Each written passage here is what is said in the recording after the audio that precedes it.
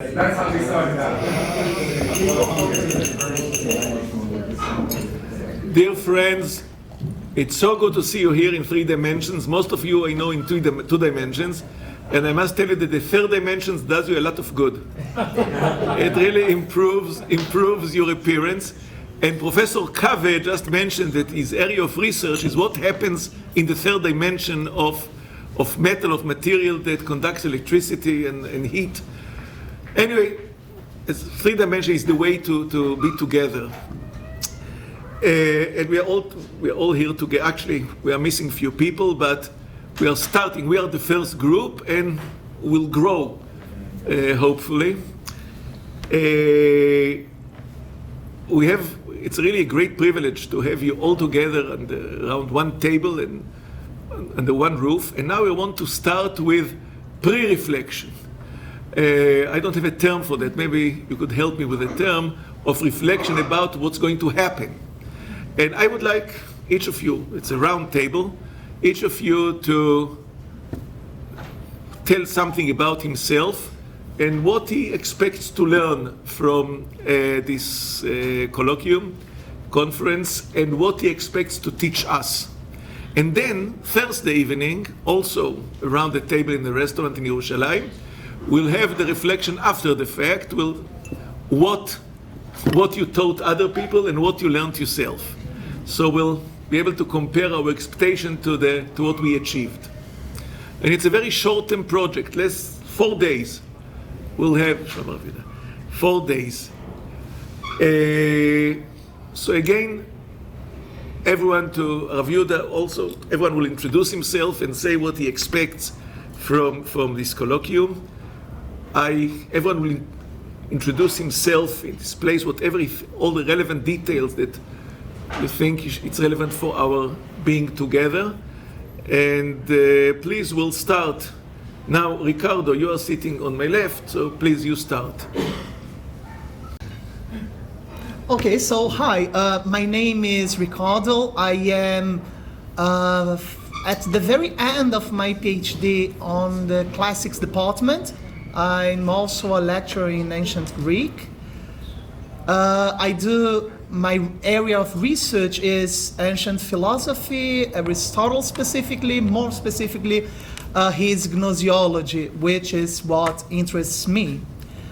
And my research is on how fantasia plays a role in the arousal of emotions in Aristotle's rhetoric.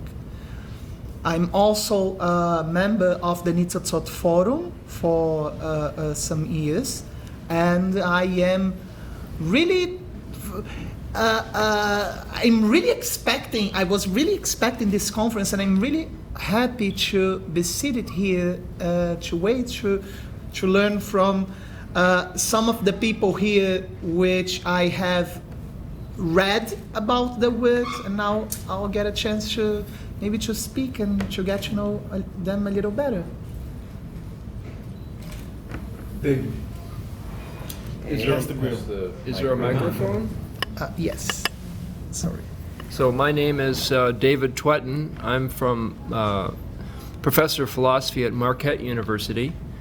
I have a wife and 3 children and 13 grandchildren.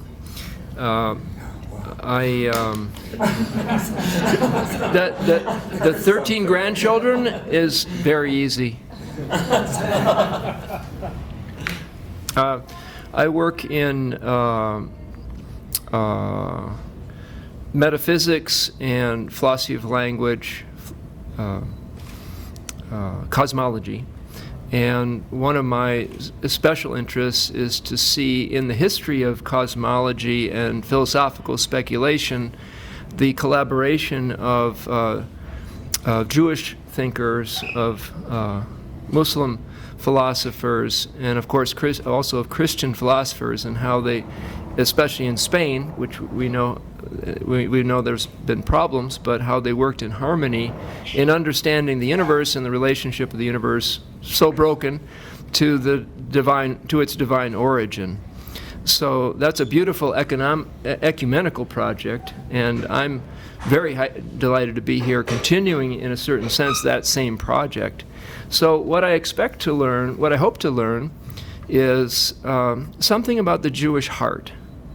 I think my education has been very isolated, but I've been getting to know the Jewish heart in recent years, partly through my friend Ricardo, who's helped me, but also from studying Hebrew the last 2 years. I've done 2 years of Hebrew, and next week I'm very much looking forward to turning all that study into practice. I'm studying Hebrew in Jerusalem, an intensive 1-week speaking course. And I encourage you to join me if you have time. And then I will speak about the importance of philosophy and reason in a project in which religion plays a central role. Thank you. Hello. My name is Israel Belfer. Everybody calls me Rolly. I study and teach and work at Bar-Ilan University. I do history of science, which deals with the past. I deal with current research output projects of the university, which is the present, hopefully the future. And I help Rav Shabtai out as much as I can with, for the past 10 years, with projects to do with science and religion and interfaith, and how those things actually tie in together very nicely. And I am excited to have everybody here that I have gotten to know a little bit through trying to get this up and running. I'm excited to see how the different points of view and the different perceptions and the different kinds of training and the different worlds that everybody brings, how they can come together, not always at the same time, not always harmoniously, but very, very interestingly. And I'm very excited to see what I have to say in 4 days. Okay. Hello, everybody. My name is Sharon Eitan. You can call me Sharon. You can call me Sharon if it's easier. And I'm a doctoral student in the criminology department in Bar-Ilan University. And my research is about spiritual victimology. It's titled Spiritual Victimology, and I think mostly it is about the journey that a person goes through from being a victim to being liberated from victimization in a spiritual matter. I think mainly that's it. That's it. Very excited to be here, and thank you for inviting us. My name is Nati Ronel from the Department of Criminology in Bar-Ilan University, of course. And as a criminologist and victimologist with doing practice, clinical criminology, my field of practice and study is mostly spirituality, everyday spirituality as a way of recovering from victimization and criminality or addiction or whatever. And I'm going to speak about it this week on Wednesday with Sharon and another PhD student that will come. And then I'm going to present you with a term which we coined called Grace Way. And its main theme is how to live according to the grace that we want to meet in our life. And then, of course, we meet it. And my expectations to learn this week is to be surprised. And I would like to share with you how we help people to lessen their expectations in a very practical way. Thank you. We come from San Antonio, Texas, St. Mary's University, the mother of 4 children, and I am here purely as a layperson to absorb and enjoy this time and the dialogue that's going to happen this week. So anything that I have to offer will be as a non-academic. Hi, I'm Tom Mengler. I'm president of St. Mary's University in San Antonio, Texas. I'm in my 8th year as president. Before that, my background is in legal education. I was in legal education for 27 years, a dean of 2 law schools. The second is, I'll just mention briefly because I think it's relevant to this conversation. I was the dean of a law school that had just begun. Yeah, I wasn't there right at the beginning, but at the end of the first year, and it was at the University of St. Thomas in Minneapolis. And our mission really was to think about how one could integrate a faith dimension and a sense of vocation into law school and the legal profession. Now, those of you who've dealt with lawyers might say that's mission impossible, but it was really exciting mission to both plan that and ultimately to implement it over a 10-year period. Now at St. Mary's, which is the sponsoring order is the Society of Mary or Mariness, and it's an order that is diminishing in numbers, I'll say dramatically. Probably the average age of the Mariness brothers in the United States, there are only 270 of them, is in the mid-70s. They're probably in the mid-70s. So, one of my concerns and one of the things I will talk about and try to learn from each of you is to think about how one continues a faith mission for our students and for the university at a time when there are diminishing numbers of religious, whereas 50 years ago the place was lousy with Mariness and religious brothers and priests. I will say the other thing I will promise, because I noticed I'm speaking tomorrow night after dinner, that I will be brief and light if possible. I'm looking forward to, this is a rare opportunity for a president to sit with a group of other presidents, faculty, both from the United States and other Catholic universities, and then presidents and leaders and faculty from Jewish universities. So I'm very excited about the opportunity to take 4 days as an enormous amount of time, an enormous opportunity to learn and to have conversations that I can take back to St. Mary's. Hi, my name is Bill Werpahowski, and I'm the chair of the Department of Theology and Religious Studies at Georgetown University. I'm in my 2nd year of a 3rd-year term, and that will be it. I came to Georgetown to avoid such a position, but Plato's cave. I can't say I felt called, but perhaps I thought I could do some good.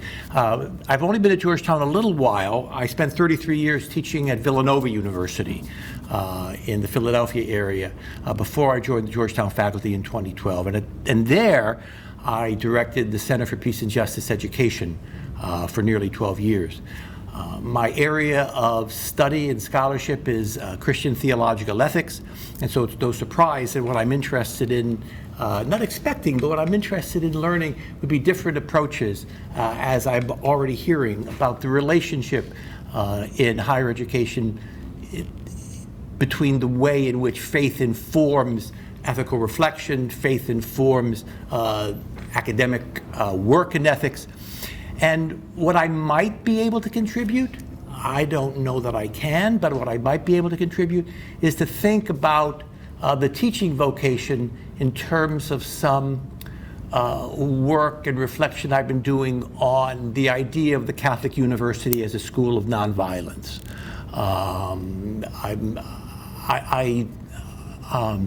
Rev Shabtai, in our conversation about this, said, well, it's probably impossible, but you quoted Ben-Gurion saying, what Ben-Gurion would say, when somebody says something's impossible, that'll take 1 more day. Did I get it right? Yeah, and I think that's a great thing. So we got 4 days. It'll probably take 1 more day after that. Anyhow, I'm really grateful to be here. Thank you for inviting me, and I look forward to getting to know you and learn from you. My name is Yehuda Altshuler, and I have the honor to be the head of the Beit Midrash, the place where we get the forum, the Nitzotzot Forum, and all kinds of learning together in Bar-Ilan. Beit Midrash is a place where students from all faculties learn together about Jewish ideas, speak about them, and we have in our institute, we have a training program for communal rabbis. And I learned that rabbis, and not only rabbis, love to speak and talk about what they do. But I came here in order to listen, not to talk about it, but to listen. And I really believe and think that if we will all listen much more than talk, maybe it will help us to fix the world. So this is my expectation for these 4 days. My name is Robert Doby. I'm chair of the philosophy department at LaSalle University in Philadelphia, and so I'm in 1 year into my second term, which I hopefully is my last term as well, as chair of the department. My main area is, or my main focus of research is medieval philosophy, particularly Christian, Jewish, and Islamic philosophy, revolving around, I guess, the question of the rationality of revelation. That's something that I'm been, I guess, obsessed with, and arguments for even the philosophical arguments for the necessity of some sort of revelation has been something that I've been very much interested in. That's my specialty. And although now I'm kind of interested in notions of the self in the Middle Ages, particularly notions of the suffering self, the self as the self is constituted by suffering, as opposed to the Cartesian self, which is this non-suffering, purely rational entity, which I think, and in many ways, I think medieval psychology, in the root sense of the term, the study of the soul, was more realistic and more actually addresses contemporary concerns more directly than post-Cartesian philosophy and psychology does. But as far as what I hope to learn or teach, I like to take the Socratic dodge, which is that I like to learn my own ignorance and teach my own ignorance. And the nothingness of my own knowledge, and perhaps teach the nothingness of all of our knowledge, which of course will be explained in my talk on universal mysticism on Thursday. But anyway, I am very grateful to be here, and particularly for having, inviting a companion. I have two relatively young children, so my wife couldn't make it, but I brought my father, who always wanted to come to Israel for many, many years. He'd travel all over the world, but just did not make it to Israel, and this was a perfect, almost providential opportunity for him to come. So, thank you. No, it's a wonderful opportunity. I'm a retired central banker. I worked for the Federal Reserve Bank. And then when I was retired, I also worked for the IMF and the World Bank in Africa. So it's really interesting to be able to see the other side, dealing with thrift management and risk management and so forth. It's going to be a real treat for me, and I appreciate the opportunity to be here. Thank you. I am Agnes Kerékjártó. I am here with Professor Gyula Klima as a guest, and thank you for this opportunity. I am very glad to be here. Thank you. Okay, my name is Gyula Klima, as Agnes already introduced me. I'm a professor of philosophy at Fordham University. My main areas of research systematically are logic, metaphysics, philosophy of mind, so the hardcore stuff. Historically, my main focus is medieval philosophy, especially high scholasticism and late scholasticism, and I'm most intrigued by what I take to be the first truly paradigmatic change in the history of ideas with the emergence of medieval nominalism. Because with the emergence of medieval nominalism, it was no longer the question who wins the game in the dialectical tournaments of scholastic players, but rather what exactly are the rules of the game, and whose rules should we play the game by? which is the first sort of modern question. So I think it was the nominalists who got us into what we call modernity originally. Well, anyway, so that is my main focus in my research and also in my teaching, which is not to say that I do not dabble into other subjects such as philosophy of religion, ethics, occasional theological issues, etc., etc. But that was just the main focus. As far as what I'm hoping to learn, obviously things I don't know or know very little about, and especially what I think I have a good opportunity to learn about here is Jewish spirituality, especially working side by side with Catholic spirituality. That is a wonderful opportunity to learn my lessons. And also, there's another thing I'm fairly ignorant of. That is the management of our universities. So I'm also trying to get more source of the practical wisdom of our university presidents here, and also other higher up administrators in university positions. And what I think I may be able to teach is being a philosopher. What can I teach? Trivialities. After all, philosophy is nothing but the science of forgotten or unreflected on trivialities. So I'm just trying to get you to reflect on some of those that should not be forgotten, that we should really constantly be aware of as we are doing our dialectical sparrings over any issue whatsoever, but especially over those substantial issues that we are going to address here in this spiritual exercise. That's it. Thank you. Welcome, everyone. Rabbi Shabtai introduced me already a little bit. I would like to say I'm a professor of physics.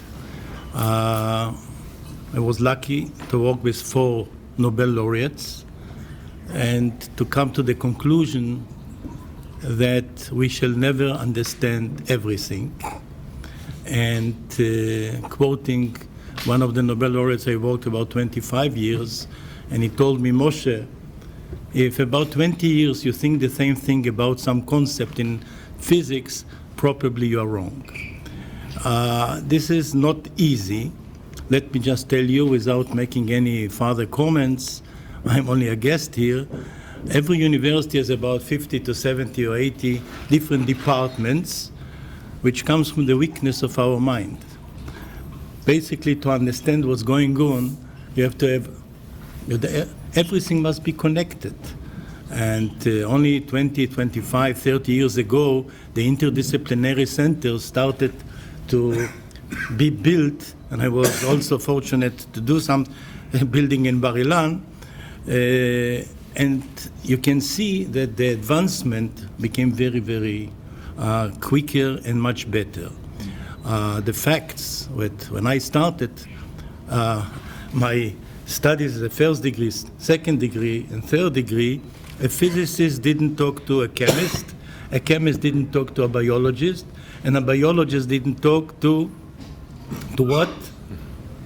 To other sciences. And basically, this was a mistake.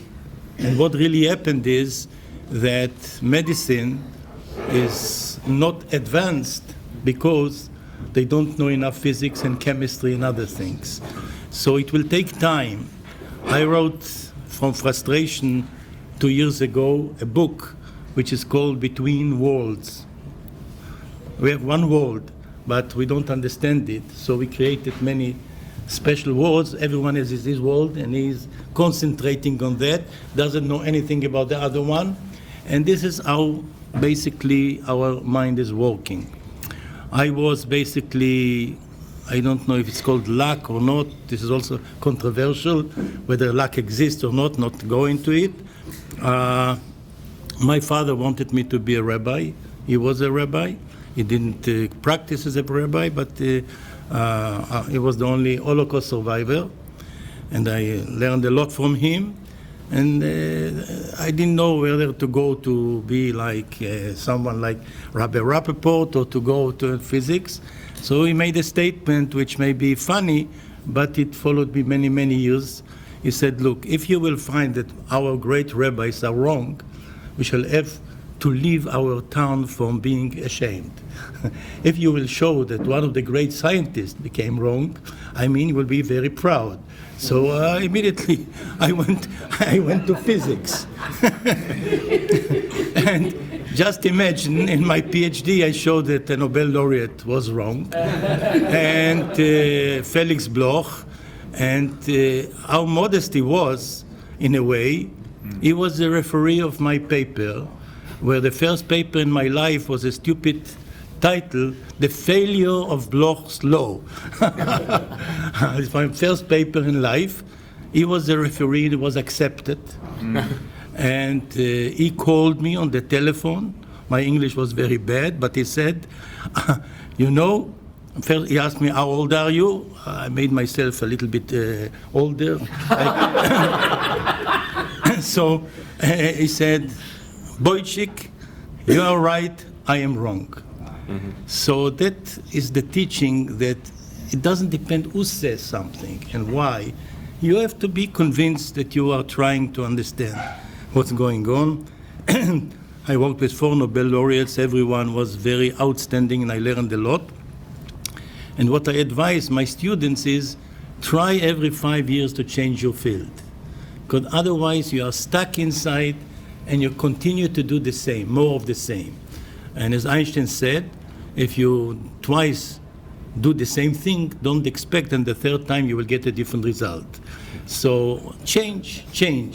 And even now, after I retired from being the president, and I am now Professor Emeritus, I work with my group in Bar-Ilan and go to Cambridge and work. And this gives me a lot of energy, because there are many things I don't understand, and this makes me alive.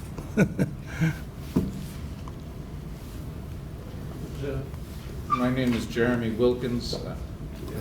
I have to get the microphone. Yeah, sorry. See how nervous you guys make me? The prophets, it says, you'll get the cup also. But it's a different thing. My name is Jeremy Wilkins. I'm in the theology department at Boston College. What I love to do in teaching is, we have a great books program called Perspectives on Western Culture for the first-year undergrads, and it's a great books based examination of the question of the most choice-worthy way to live your life. And it's a pleasure to accompany the students on that. It's a year-long thing. So I'm really interested in that question and the examination of that question, and having accompanying students in raising that question in a way that they generally have not done when they're in the first year of university. In my kind of theological interests or research interests have to do with kind of foundational questions for theology, or how theology and philosophy are interrelated, the reasonableness of faith and the faithfulness of reason. I'm also interested in questions about the meaning of doctrinal claims in theology or in religion, the meaning of religious truth claims, and the implications of I think, religious convictions for the way one leads one's life. So there's a lot more I could say about that, but I'm really interested in, I think the thing that I'm just most excited about actually here is the opportunity to make friendships with people, because I think the thing that really makes it possible to learn from other people is when you're able to trust them, and trust in a way that that you're really having a genuine conversation, and nobody's trying to win, but you're trying to discover something together that you didn't know before. And I'm really looking forward to that. I'm looking forward to the possibility of developing friendships out of this, and discovering things that I realize must be outside of my present horizon. So that's exciting to me. And I'm going to talk a little bit about really just try and propose a little model that may or may not be helpful for thinking about the relationship between religious experience and doctrines. That's what I was asked to say something about. So we'll see if it's any help. Maybe it's not, and then that would be a good learning too. You get this, I get this. My name is Jim Harris, and I'm a professor of leadership studies at the University of San Diego, and I've been the president there now for 5 years. This is my third presidency. I've been a president for 26 years of those institutions. When I was invited, and the Rabbi and I were having a conversation via two-dimension, I said there must be a mistake. I said, I'm neither a theologian nor a philosopher. I don't know what I would bring to the table. And he said, well, perhaps there's some practical application of higher education that you might be able to bring to the group. So I think that's part of my role. The scholarship that I have in my field is in the study of how colleges and universities work, and the practical application of how the work in the community is the expression of the university's mission. And so my talk will be on the history of that in the United States, how that is living out, and how faith-based organizations and universities are the ones that have the best, I think, opportunity to heal the world, to make things happen. I have so many deep and close friends in the United States who are Jewish, and I have such a deep appreciation and love of the Jewish traditions and faith that I hope that I will walk away. This is only my second time to Israel, so I'm hoping to walk away with even greater appreciation of the scholarship and some of the philosophy behind that, and then really to listen and to learn. And it's so rare, as Thomas said, for a president to have an opportunity to think. So to be here, to listen to great scholars and colleagues, to make friends it's really an honor to be a part of this. Hi, my name is Noah Levanon Klein. I'm here as a representative of the Israel Institute, which is an academic nonprofit that's supporting this workshop. I also happen to be a doctoral candidate. I'm more in political science, so all of these lecture topics will be pretty new to me. I'm very excited about that and about hearing the discussions during this workshop. I will not be really giving a lecture, but I hope to be able to talk about some of the Institute's work and how it might be relevant to the professors and administrators here from a professional perspective. My name is John Garvey. I'm sorry for being late. I'm the president of the Catholic University of America. I have a particular interest in the intellectual life of Catholic universities. American Catholic universities have gone through great change over the course of the last 50 years. They used to be places that were mostly attended by Catholics and taught by Catholic teachers, although I don't know that much of the intellectual life of the universities was particularly distinctive. And it wasn't very distinguished. After Vatican II, the Catholic Church around the world and Catholic universities around the world opened up their doors and began having conversations with people of other faiths and none, and hiring onto their faculty people of other faiths and none. And it had the natural effect of diluting the attention that they gave to the Catholic intellectual life of the universities. Some of them have been, since that time, interested in seeing what faith might have to do, not just with teaching theology at the university, but with the study of literature or economics or art, architecture, law. My interest the Catholic University of America is building a faculty that's interested in those things. Some years ago, I was part of a panel discussion in Rimini in Italy with the president of Bar-Ilan University and the president of Cattolica in Milan and myself. It was hosted by Joe Weiler, a friend of mine who's a lawyer, who was the head of the European University Institute. And I found that I had much more in common with the president of Bar-Ilan University than I did with the president of Cattolica, who, like many Catholic university presidents, was just interested in the sort of secular recognition that his own university might have and the usual measures of academic quality. My sense then was that Bar-Ilan was interested in the same kinds of things that I was, and I hope to find that that's a subject that I hope to explore while we're here.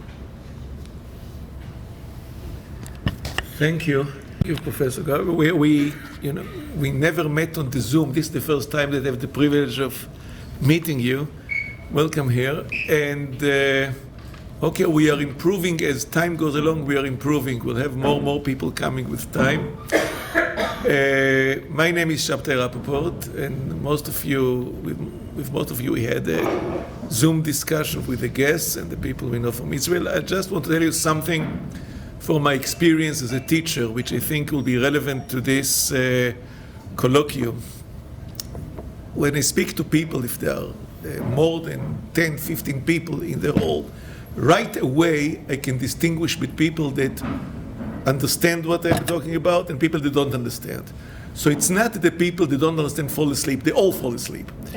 But the difference is about how they fall asleep. Some people fall asleep with the face as if they had deep bellyache. And some people smile. The people that smile don't know what I was talking about. The people that have the strong bellyache are the people that understood, and it makes some conflict. It really conflicts with the ideas that they heard before. So I think what I want to get a bellyache from this conference and change some of the things that I'm very, very sure, very positive. I'm almost 70 years old, and I know everything the best, all this, but I really like to change that and learn new things from you. And maybe we could give you some bellyache a mental bellyache that you will reconsider some things, and maybe we could create something new together that people can learn from each other and teach each other. So it's a benefit.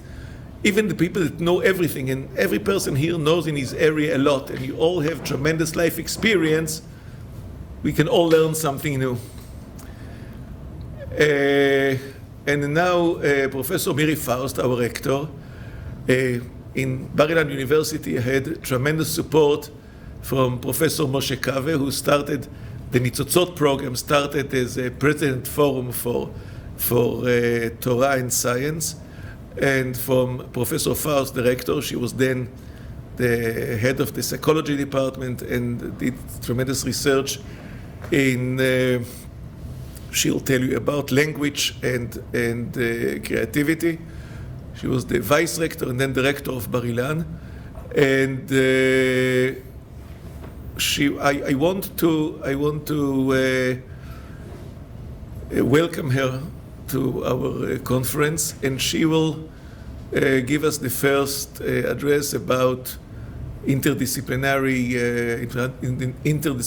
and creativity, and whatever she'll say will be refreshing, interesting, and very illuminating. Okay, so good evening. Maybe we should remove this because some people I don't see, but whatever. Yeah, I think we should remove it. Okay, this will be better. Faust, I'm currently the rector of Bar-Ilan University, I mean the main story of my professional life is I'm the head of the Brain and Language Laboratory at the Multidisciplinary Brain Research Center that actually was opened by Professor Moshe Kave, and I'll tell you about this very special center. I was almost nervous when I did it because it's biology doesn't need it. She can tell you better than anyone else. Yeah, I will tell you. Yes. Okay, I'm married, have 4 children. You know, in Jewish custom, you don't say the number of your grandchildren, you know, the evil eye and so on. So I won't tell you. But anyway. Yeah. Okay. Let me start by a parable or a legend you probably all know and I love. And I'll read to you one version of this legend and then we'll talk about it. So this legend, so again I said it has many versions and you probably all know it. It originated probably in the Far East. And it's the legend of the blind man and the elephant. Okay? So I'll read the short version of it. It is a story of a group of blind men who have never come across an elephant before and who learn and conceptualize what the elephant is like by touching it. Each blind man feels a different part of the elephant's body, but only one part, such as the side or the tusk. They then describe the elephant based on the limited experience, and the descriptions of the elephant are different from each other. In some versions, they come to suspect that the other person is dishonest and they come to blows. The moral of this parable is that humans have a tendency to claim absolute truth based on the limited subjective experience, as they ignore other people's limited subjective experiences, which may be equally true. But what's interesting is that there are many versions, as I said, but one of them is by a 19th century poet, American poet, named John Godfrey Sachs. And he wrote another version of this legend, which I'll read to you just a part of it. And it begins so. It was 6 men of Hindustan, to learning much inclined, who went to see the elephant, though all of them were blind, that each by observation might satisfy his mind. And then he goes on. So oft in theologic wars, the disputants, I win, rail on in utter ignorance of what each other mean, and prate about an elephant, God, faith, no one of them has seen. So actually he takes this legend to theology. And what's interesting about this story, this is actually a metaphor. Blindness in this case is a metaphor. These people are physically blind, but basically humans are blind. They have their own very limited perspective of reality. And even if they are experts, and maybe mostly if they are experts, they have their perspective. Sometimes it's professional perspective. I look at the brain from a cognitive psychological point of view. Other people, biologists, linguists, philosophers, mathematicians, look at the brain from a different perspective. We are all very limited. It's very subjective, but it's very difficult for us to accept the perspectives of others. And this is actually what this legend implies. Now I want to say something about metaphors, because I'm studying metaphors. A metaphor is a means of describing one concept in terms of another, many times a very abstract concept in terms of a more concrete or simple concept. But what's challenging about it, or what's exciting about it, is that we transfer immediately, on the spot, we transfer a whole set of associations and meanings from one context to another context, and it happens immediately. So here we talk about blindness.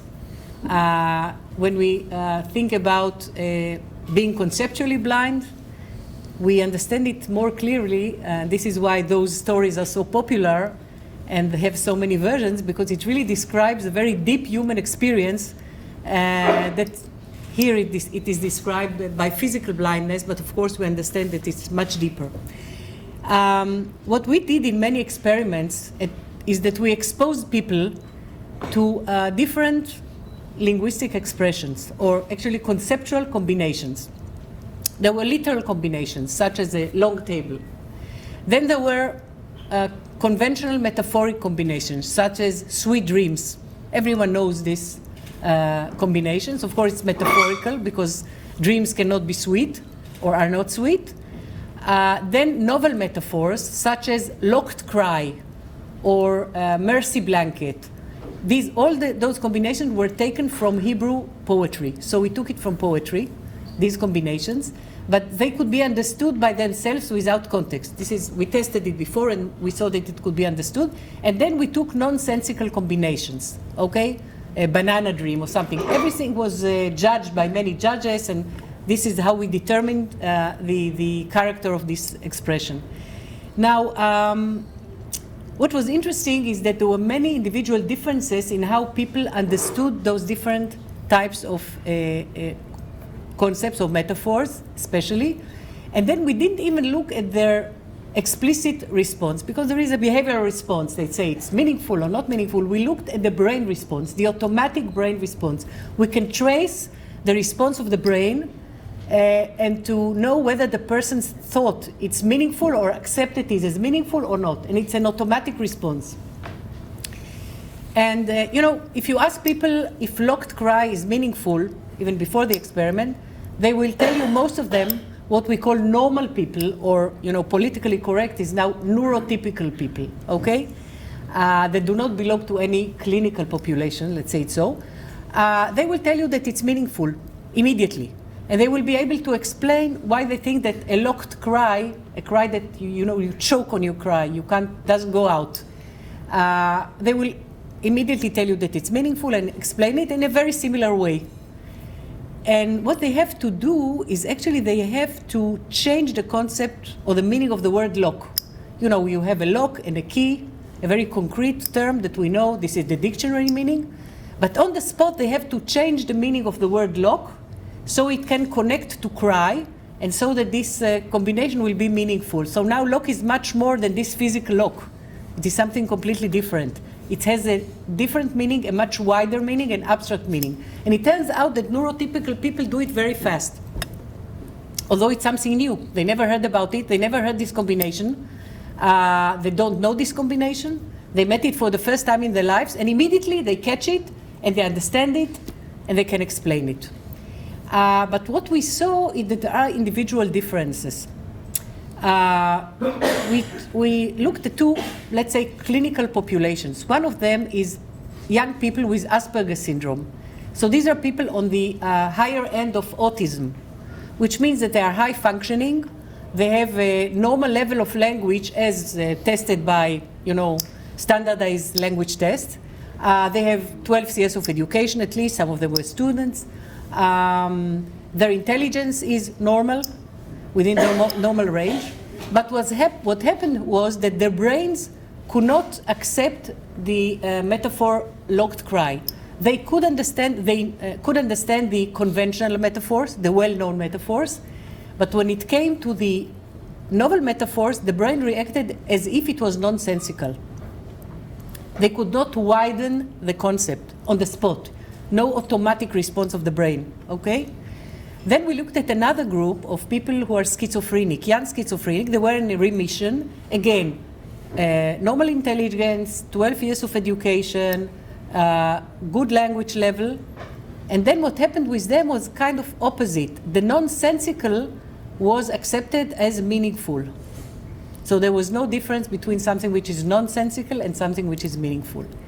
Now we came to formulate a model which is called rigidity, chaos, and integration.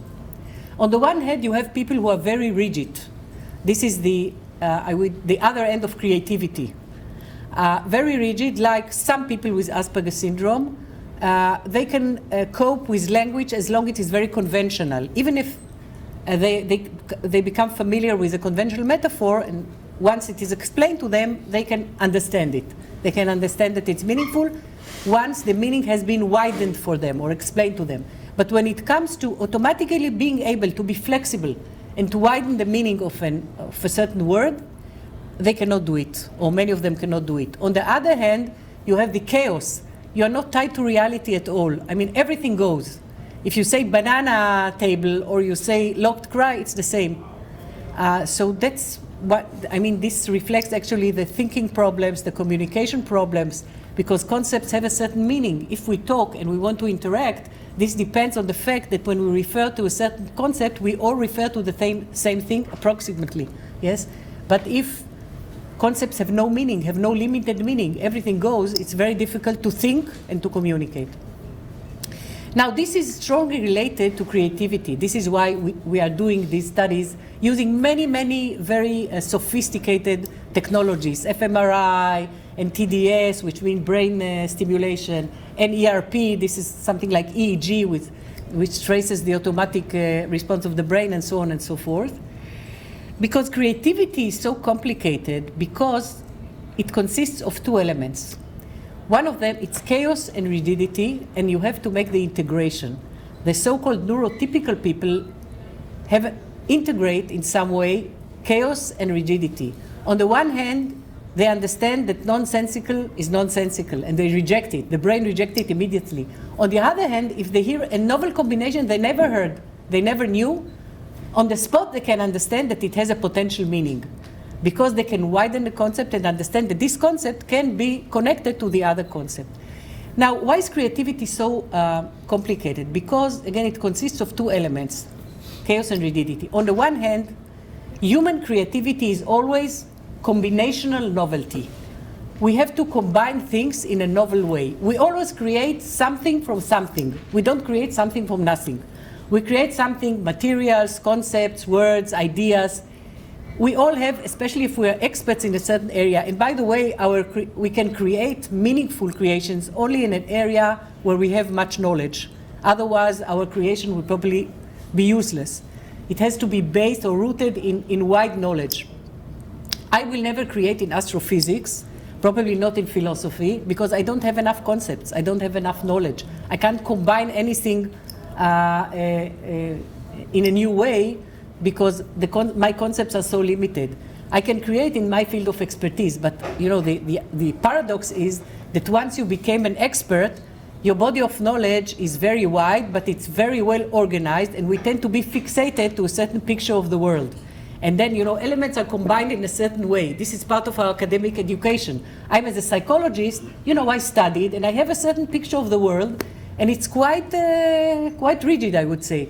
And in order to change things, to combine things in a novel way, and every creative act involves combining things, concepts, ideas, the materials, laws, in a new way, it is not simple when you have a very well-structured body of knowledge and you have to organize things in a new way. But it's not only combining things in a novel way. It has to be tied to reality. Otherwise, again, it's not relevant. So every creative act involves both combinational novelty and relevance, appropriateness. It must work. Otherwise, it's not a true creative. If there are no limits, then creativity has no value at all. There must be limits. And the limits are really, you have to be tied to reality. So in order to be creative, you have to be knowledgeable, but be able to play with this knowledge and to be able to change the relations between the elements, this is a huge challenge.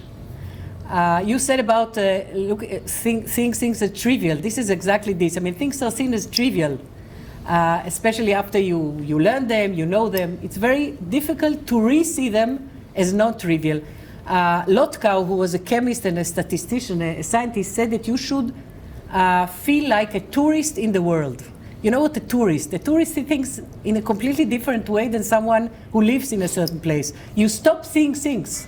When you live in a certain town or a country, you come to a new place, you see many things, and little by little you come again and again, especially if you live there, you stop seeing things.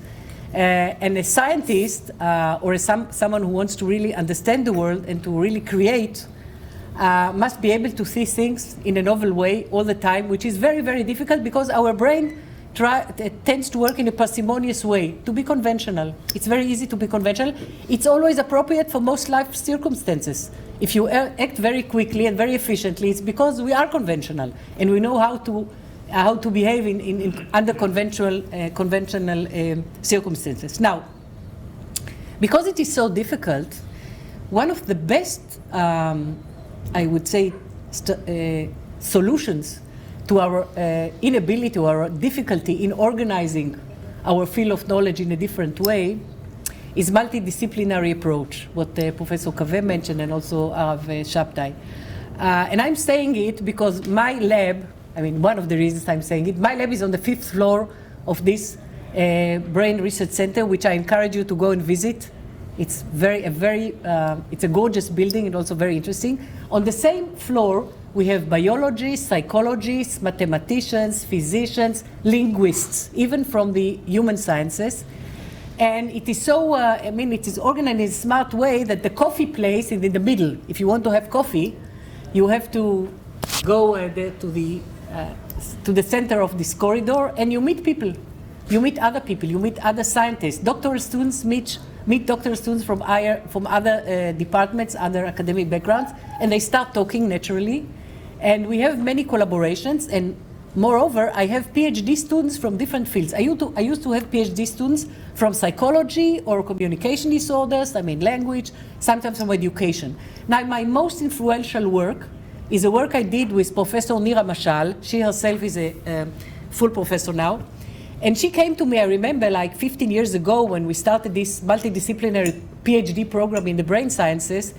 And she came and she said she read about my studies, my work, and she wants to do her PhD with me. I said, okay, what's your background? She said, I graduated from mathematics. My first and second degree are in mathematics from the Technion, which is an academic institution specializing in STEM, science, technology, and so on. I said, do you know language? Have you ever studied language? She said, no. I said, so why are you coming to me?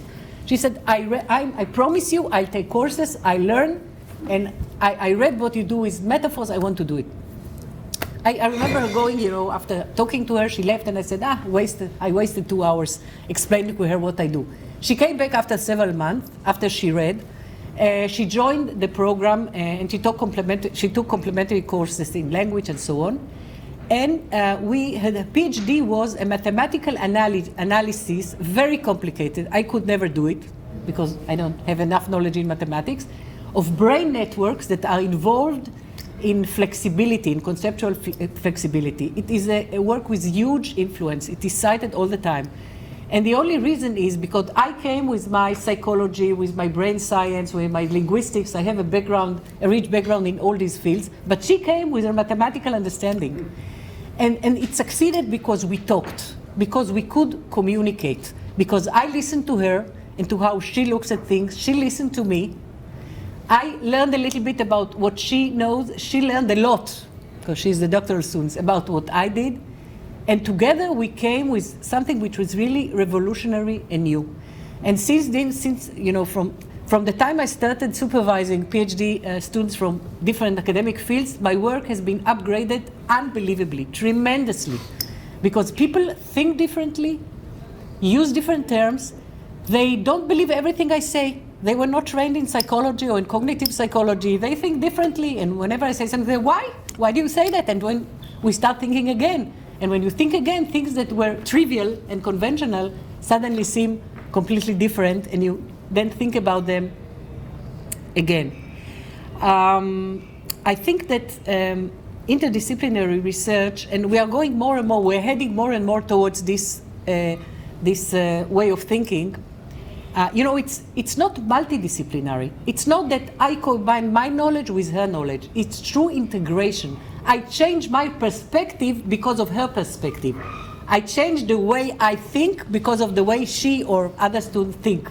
It's not that we combine our knowledge. With each other's knowledge is changed, the structure of our knowledge is changed because someone else looked at it and said, look, it mustn't be like that, it could be different.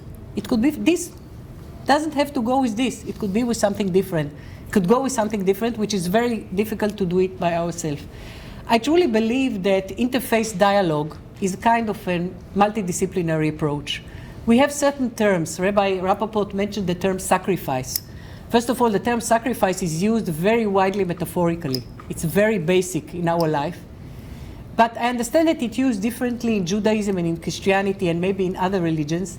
And I think that by talking about this metaphor, we can get more flexible, think of sacrifice and other terms in different ways, affect each other's way of thinking, and really come to much closer communication and new insights and creativity, which is so much needed in our life and especially in our religious life. If we want religion, I'm talking, from Bar-Ilan and Bar-Ilan is highly interested in combining our Jewish heritage with modern life and culture. This is our big challenge, which is not, this is by itself a multidisciplinary approach. It's not easy. Some people think that the university cannot be attached to heritage. It should, stick with the future. But I think that this intellectual world, this way of thinking, the Jewish heritage actually enriches the way we think about other concepts. And I think that if we talk with people who come with other religious ideas, we can really make faith much, much more relevant, which is so much needed in our world. Thank you.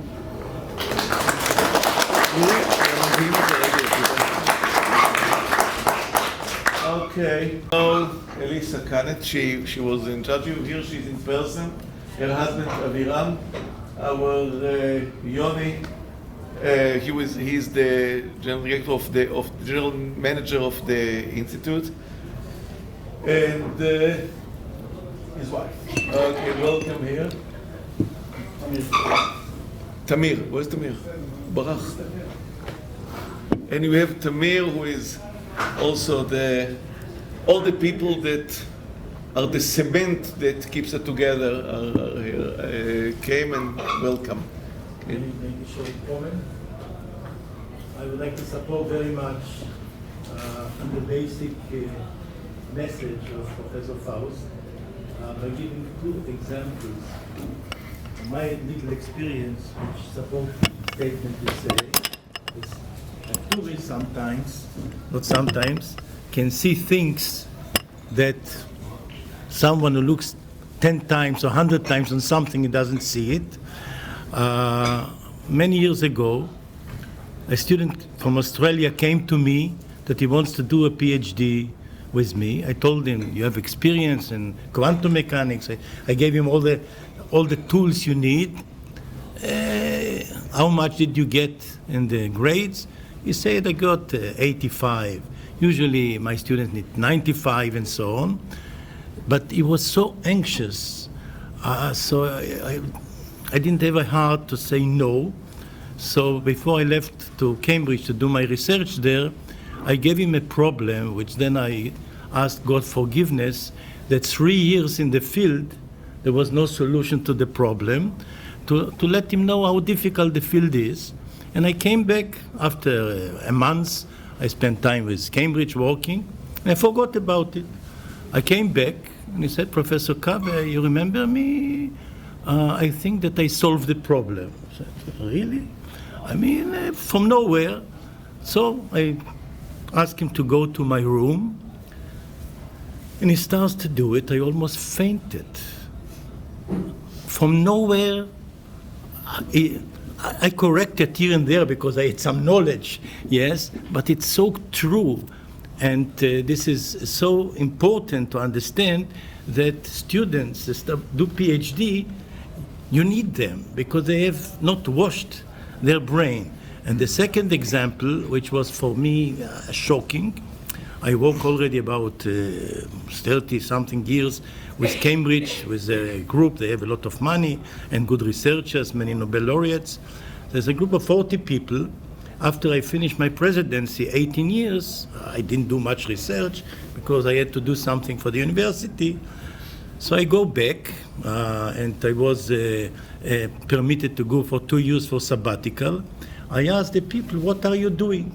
And I'm sitting for a few days, and I see they are doing the last 10, 7 years, more of the same thing. So I come back and I say to them, look, if you do all this time the same thing, you will not get different results. I mean, why do you spend time? So they say, yes, we do it because we rely on a paper you wrote 19 years ago. 19 years in physics, it's like the other century. I mean, it's, I didn't understand it. So I was sitting for nearly a few weeks, studying my paper, which I forgot about it, and I found 3 arguments that I did 19 years ago in Jewish way. You understand the Bible every year in a different way. I found 3 statements today that I think differently.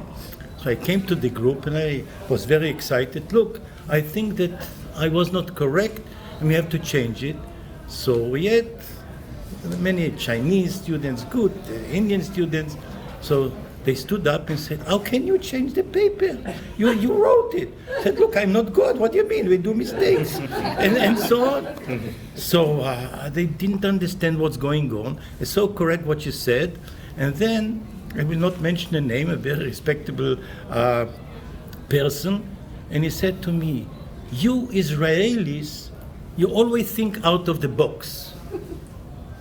I was embarrassed, and my answer was, which I say always to my students, which is very connected to what Miri said, we scientists, Israelis, we don't have a box. Once you have a box, you are limited. Why do you need a box? So we always think what's needed. And this is always why it's important to have an experienced professor with the new students, because it brings new courage. Sometimes, what you said very correctly, people don't have the courage to go a little bit aside from what they know and so on. It's to chaos. Yeah, I mean, and so my field is chaos. So basically, why? Because it's never a dull subject. you never understand it fully. So I enjoyed it. Thank you for the remark. Thank you very much for your presentation. That is very, very instructive and will serve as an excellent preamble to what we are doing here. But I wanted to add something from another field, from biology. We have immune system that does not judge. It's not value system. It does not distinguish between good and bad. It distinguishes between self and non-self. It identifies non-self, even if it's good, and rejects it, destroys it. Someone needs a heart transplant, and it's not self, even though the heart is necessary for the person's existence. The immune system will destroy the heart if you will not repress the immune system. And we have mental immune system that again is not non-value, simple. Any new ideas or some new ideas which is non-self are rejected. And this is especially the case in interfaith discussion. So how do we avoid the immune system to work on what we hear? We simply don't talk about things that the immune system can reject. This is one way to do it. So we have sterile discussion. We discuss only things that we agree, only about things that we can accept as self, and we do not discuss anything that can be non-self. So we have no Alexander, hi, great to meet you. See you. We have Professor Alexander Deeg. That it's not his fault that he's late; he just landed. But couldn't you push the chair, in the airplane to move it faster? I tried my very, very best, and as always. So sorry to be late, but I'm here. Great, thank you. So this is one way to bypass the immune system, but then we don't really do interfaith discussion. We do no discussion. And the other way is to repress the immune system. It's a dangerous process. So what do? So Professor Faust directed me to a research about creativity, and there was another concept. You can have a discussion that actually takes a form of a game, meaning it's not something that will impose anything real on you. It's a game. We play a game, and we don't have to change as a result of the game. We don't have to take decisions of the best of the game. We don't have to invest money, real money, on the basis of the game. We just play game. When we play game, our immune system doesn't jump up. It's okay, it's only a game. So we can exchange ideas that we are not afraid that will change us. So this is when Professor Faust spoke about the challenge. This is what I meant about the bellyache. This causes the face that, what did I hear here? Something which might be dangerous, something that I don't think can be right according to my habits. It's non-self, it's not me. But if we take it as a game which is not obliging and we don't have to change as a result, then we can start being creative, really multidisciplinary and interfaith and creative. And it's a wonderful thing. So the truth is that after the game is over, we do change in many ways. It's only, we cheat ourselves. It's something that is, we created something new and we have a new thought, but we cheated our immune system, our mental immune system. But I hope that this is what will happen here. We'll trust each other, will not avoid, we'll talk about everything that comes to our mind about what we are doing, from community and academia and religion and mission and law and everything that you are involved. And we'll have sessions that will not be lectures but also discussion, and everyone can bring out anything from his world of his research, whatever is interesting. And I'm sure that at the end we'll come out without wanting to be different people or thinking differently. I hope that we'll come out a little bit different. Somewhat we'll start in a different way and start building a new network. And as Professor Faust said, the building of a new network or changing some connections in the network will start us on maybe a new way of thinking, a new path, and new creations. Okay, thank you very much. And now that Professor Deeg arrived, please, Alexander, the thing is yours. Scheduled you as... Okay. Actually, Rav so, just having arrived, I have no idea where I am and what exactly are you waiting for and what exactly I should do now. I heard some very, very nice sentences from Rav Shabtai. As always, he's brilliant. I really, appreciate so much being around here. So, thank you for somehow giving me the chance to say something for 2 or 3 minutes, 4 or 5 minutes. Not much more. Inviting a German professor is always dangerous, as he has some manuscript with him and can easily start to have some kind of a very, very boring lecture. About the candle. The candle, right? The candle. Okay, so I will be very, very brief. And actually, to be very honest, I have to say that just now in the plane, I learned what kind of a conference I am in. This is a Catholic Jewish colloquium. And I'm a professor of Protestant theology, teaching Protestant theology at Leipzig University, not far away from Wittenberg, where all happened and started. And so I'm not really sure where you got me in now and what's happening here, but I prepared some Luther quotation now, because I thought to bring something very Lutheran to our conference at the very start of it might give me at least a good feeling why I am here and why I should be here. Some words of Martin Luther, maybe words reminding us that Catholic in the real sense never meant something in a denominational way, but always meant something like, you know it better, global, comprehensive, but not bringing just something from a certain confession. And I brought one quotation, which I already shared with you, Rav Shabtai. This summer, when we were together reading the Bible together, as we sometimes do, and sometimes enjoy to do so, and tomorrow morning we'll try to do so all together. Luther once preached in the 1530s, in 1534, on one of the shortest little stories of the New Testament. Jesus said, "Again, the kingdom of heaven is like a merchant in search of fine pearls.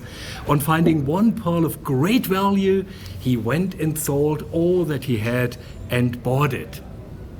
And Luther said on this little parable, and now I bring my own really terrible English translation, as I haven't found a very good English one, though there are surely some. Luther said on this, a Christian person is never in the state of having become, but always in the process of becoming. Therefore, whoever is a Christian is surely not a Christian. I really like this sentence. Whoever is a Christian is surely not a Christian. This is to say, whoever thinks that he already became a Christian is nothing. We are moving towards heaven, but we are not in heaven yet. And as the person who thinks that he is already in heaven will never get there, so is the person who moves towards heaven already in it. The sum is you have to grow and continue, but never stand still and relax in your security. Woe to the person who is already completely renewed, as this person has not started yet to be renewed at all. That's the end of this quotation, which I really like very, very much. It's somehow a bit complicated, it's surely dialectic, but it's great, I think. It leads to a theology that is at the same time determined and open. And it's all about a wrong security we might build for ourselves and a right way of certitude, which somehow surpasses all understanding. Could you just repeat that last sentence? Which one? Mind just repeating that last sentence? What I said? If you don't mind. Of course, no, I can repeat it. I think it's not about a wrong security. You know that Luther did this differentiation between securitas, which was for him the wrong point, which I built for myself and have it somehow, and certitude, which somehow surpasses all understanding. But I'm not so sure if my English is not correct at this point. No, please. Security. I knew it was profound, and I was thinking about the previous sentence, and I wanted to contemplate this sentence. So if you allow me to keep talking, I will ask you to repeat it a third time. As often as you like, as I really like the sentence.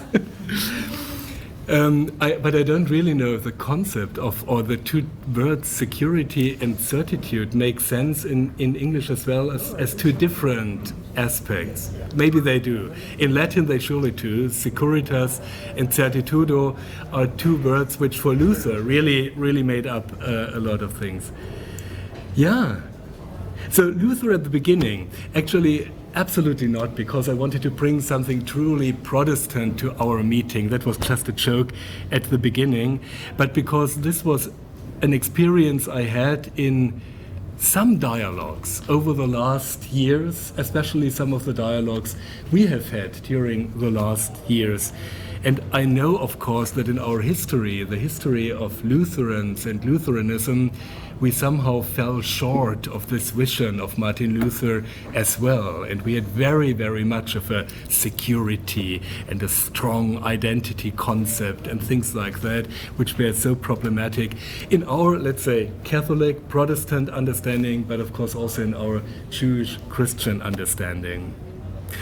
Sometimes I studied in Israel in 1995, 1996, more than 20 years ago at Hebrew University. And since then, I have been in quite a number of Jewish Christian dialogues. And some of them are really boring. They may be necessary and even politically very, very important. But quite often people come together, enjoy themselves in quite a good conference hotels, have some nice meal breaks, and at the end pass a paper with a lot of abstract sentences on the importance of interreligious dialogue for peace, justice, and the future of our societies, and the importance, of course, of meeting together soon again in another nice conference hotel somewhere all over the world. Actually, I don't want to ridicule these meetings, as they may be important and have been important. But all too often you already know at the beginning what will be the result at the end. And I hope that we are not stuck in some kind of a meeting like this, but in some other dialogical enterprise. But as I understand, you already opened the floor for exactly this, and Rav Shabtai opened the floor for exactly this, as this is also this kind of openness which Luther describes and maybe had in his mind in the best of his days, in the best of his sermons, at least in them. A real dialogue. I've learned and experienced some kind of this real dialogue over the last few years, being together with you and with some of the friends sitting around here, and I imagine you just told a little bit about this experience as well. With Rav Shabtai, his family, friends and colleagues from Bar-Ilan, What we really did in our seminars was very, very simple. We were just reading the Bible together. The Abraham stories, the Joseph stories, the stories about Elijah. We had no conference statement at the end and no statement we wanted to work on, but we wanted to learn together, understand together. Actually, the first of these meetings, and this is one other reason why I brought Martin Luther here, was in Wittenberg in 2017. And nothing could be more Protestant than 2017 in Wittenberg, 500 years of Reformation. And we had wonderful Jewish friends there in Wittenberg, transforming and changing a lot of the atmosphere of this celebration summer in Wittenberg in this year 2017. We read, and this was the time we read the Abraham stories, and we discovered what we called the spirit of Wittenberg, some kind of a strange spirit of enjoying one another and enjoying reading these texts, trying to understand, never finishing, but it was a great time together. Actually, I want to say maybe a little more tomorrow as well about what this may mean. I'm a big friend of the concept of third space and third space dialogue, this great post-colonial concept that we maybe don't stay in our first or in our second spaces, but try to find third space encounters. And if things really go well, this meeting might be such a third space encounter as well, where we leave our securities, where we leave some of the comfort zones, where we have some certitude that we will find something, that we are joined together, but at the same time, of course, we are exposed, vulnerable, and open. And maybe the Bible also proves to be some kind of a third space for us as well here. I hope, Rav Shabtai, that you do not have a conference statement yet, which we all have to agree upon and discuss in the next days.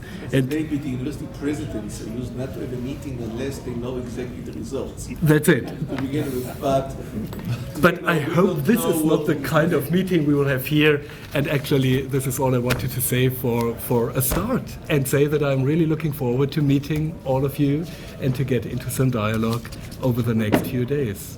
Thank you. Thank you. Our new guest, Professor Bar-Ilan of the Department of Physics, and Dr. Lea Wiesel from we have Beit Midrash, which is for the men, and the women counterpart, the Midrasha in Bar-Ilan. Thank you very much for joining us. I think, Yuval, if you'd like to introduce yourself to...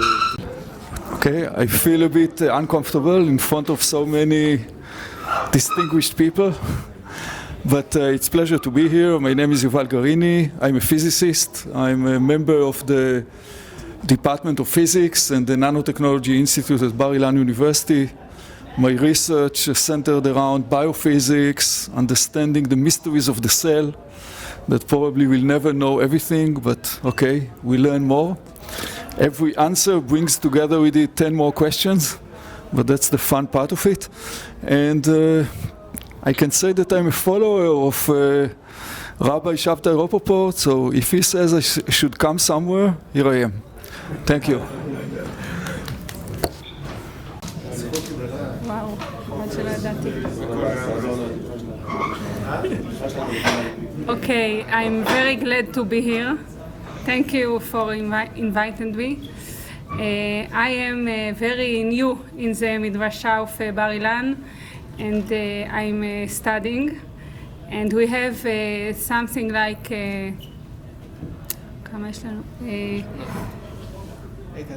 800 students. All of them are women, and we want to teach them Torah and Mada, Torah and science. I'm exciting. I didn't. I'm not prepared. We are working in cooperation with המכון הגבוה לתורה and the Beit Midrash, and we have some programs together, and we are מזמינים אתכם, אני יודעת הכל, אבל זה invite you to come to visit us and to see how it's look like. Thank you. Thank you. Now I have a real, people can say that I'm wrong in the explaining. I can speak to about physics to philosophers and to university presidents, but when Professor Kave is here and Yuval is here, if I'm wrong, please correct me. I want to speak about some effect which is very closely related with what I'm trying to do here, is the Jabotinsky effect, or the Jabotinsky soup, as it was called, and the Blozhov's explanation of this effect. And this is, the idea is what happened if you destabilize a system which is not very stable. The demonstration was you take a ball and you put something that burns bromine, that starts a reaction, and the whole thing begins to be crazy. And then at the end you have something very interesting. You have circles, concentric circles of red in the ball, and they advance like waves, but they're not really waves. It's the reaction that happens and then goes down, extinguishes itself, and then it goes again, extinguishes itself. It repeats itself in a new orderly way. The thing that was chaos before takes a new order which is stable and perturbed at the same time. This is very much the idea of what I see in the physical embodiment of what Alexander spoke about the Christian. Meaning, it's something that can take, I think that our belief is, if we are, I'll go again to the blind people in the elephant parable. If we have very, very solid understanding and words to describe our faith, it means that we are really blind. We really describe only part of the thing. The whole, this time the whole, we don't know the whole. We have to understand we don't know the whole. Of course, all of you know the term of negative theology. I can say what I don't know, what I don't attribute to God, to my faith. But to say that my faith is such, these words are exactly the faith, it's not, then we know that we are blind. We begin to open our eyes when we see that we don't see. So then what we have is some system which is not very stable, that you perturb it. How do you start moving it? How do you cause a reaction? You cause something different from outside of the system to start reacting and start creating reaction, which in the beginning maybe will cause chaos. I learned about a little bit the history of the 100 Years' War, and I just think, imagine if you would quote in a Catholic thing the words of Luther, no matter what it was. You could start the war then. And now we sit and we listen, and we are very patient, we are very polite people. But it's still something that hopefully, and it'll become stronger and stronger, that will create some perturbation that will cause a stable system afterwards. It will be stable but more fruitful, again, more creative. So again, thank you very much for your attention. And now we have a break. And where do we meet? In the area here? 7:30? איפה אנחנו נפגשים ב-7:30? Okay, we have our dinner here at about 7:30. Until then, you can see the beach, you can walk around, you can enjoy yourself in this place. Thank you.